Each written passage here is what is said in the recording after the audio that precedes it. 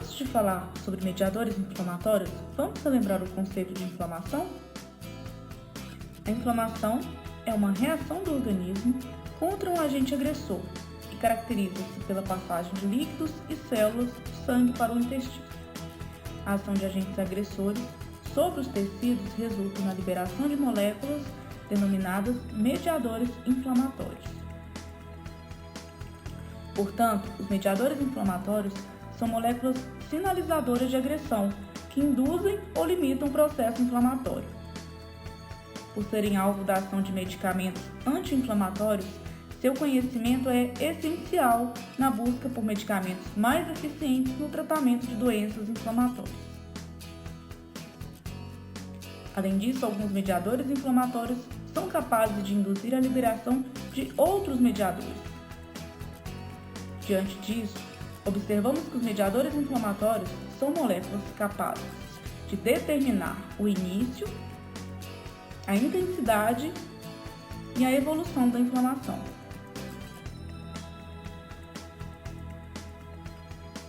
Os mediadores inflamatórios podem ser classificados de acordo com a ação inflamatória,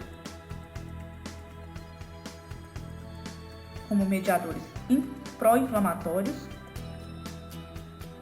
que induzem o processo e são produzidos pela presença de agressão tecidual, com mediadores anti-inflamatórios, que limitam e finalizam o processo, produzidos após a eliminação da agressão. Eles também podem ser classificados de acordo com a função. Alguns mediadores são fatores quimiotáticos, ou seja, são substâncias produzidas por células para orientar a movimentação de outras células para o local da inflamação. Várias substâncias podem ser responsáveis pelo recrutamento de células inflamatórias, como os produtos da ativação do complemento, substância P, mas em especial as quimiocinas.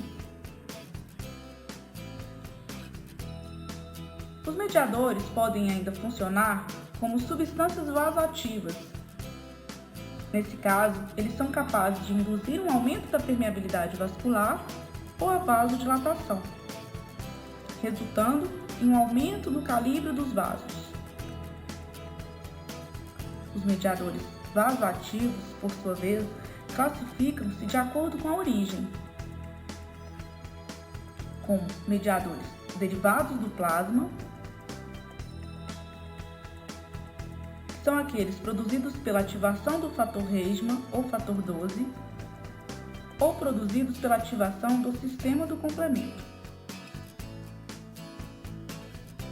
São derivados do fator 12, os mediadores produzidos pelo sistema de coagulação ou fibrinolítico, onde os produtos de degradação da fibrina resultam em aumento da permeabilidade vascular, e pelo sistema de cininas, que produz a bradicinina como principal mediador.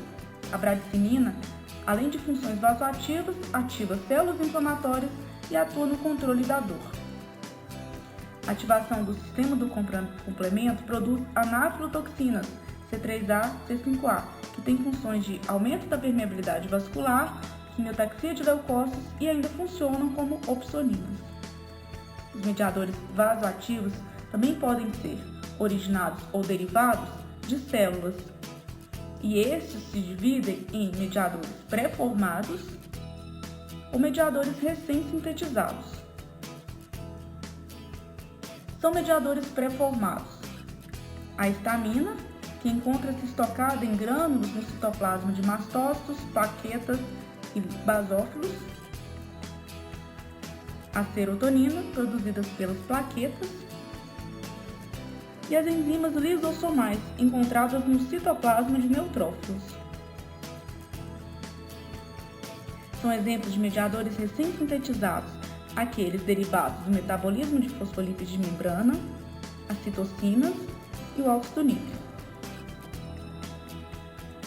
O metabolismo do fosfolípide de membrana, por ação das fosfolipases, resulta, de acordo com a natureza do estímulo, na geração de ácido araquidônico e fator ativador de plaquetas.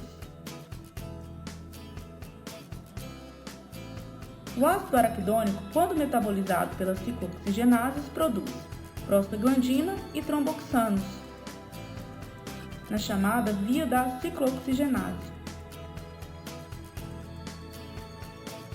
Mas quando metabolizado pelas lipoxigenases, o ácido araquidônico produz leucotrienos e lipoxinas, na chamada via da lipoxigenase.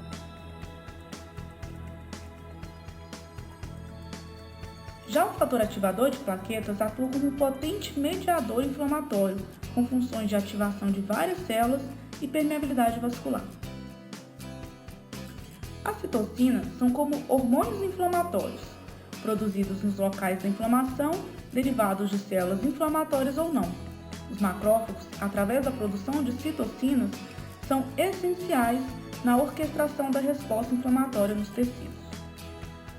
Assim, as citocinas são proteínas secretadas por células nos locais de inflamação e podem atuar sobre si mesma, efeito que chamamos de autócrino, podem ser produzidas para atuar em outras células, causando um efeito parácrino, ou ainda podem ser produzidas, viajar através da corrente sanguínea e atuar em células de outros tecidos e órgãos, causando um efeito endócrino. A produção de citocinas regula desde alterações iniciais, como aumento da permeabilidade vascular, até a restauração da integridade dos tecidos ou resolução da inflamação. Além disso, alguns efeitos sistêmicos são associados a elas, como febre, perda de apetite e sono.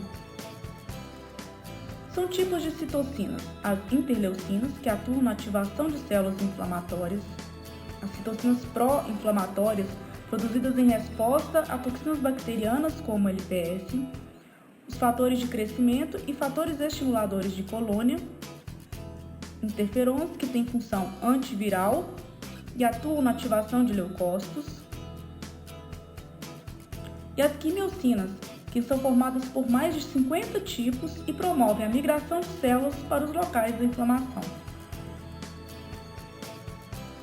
De modo geral, observamos que há uma redundância nos efeitos dos mediadores, o que garante a ocorrência do processo, ou seja, se o mediador faltar, outro faz o mesmo efeito.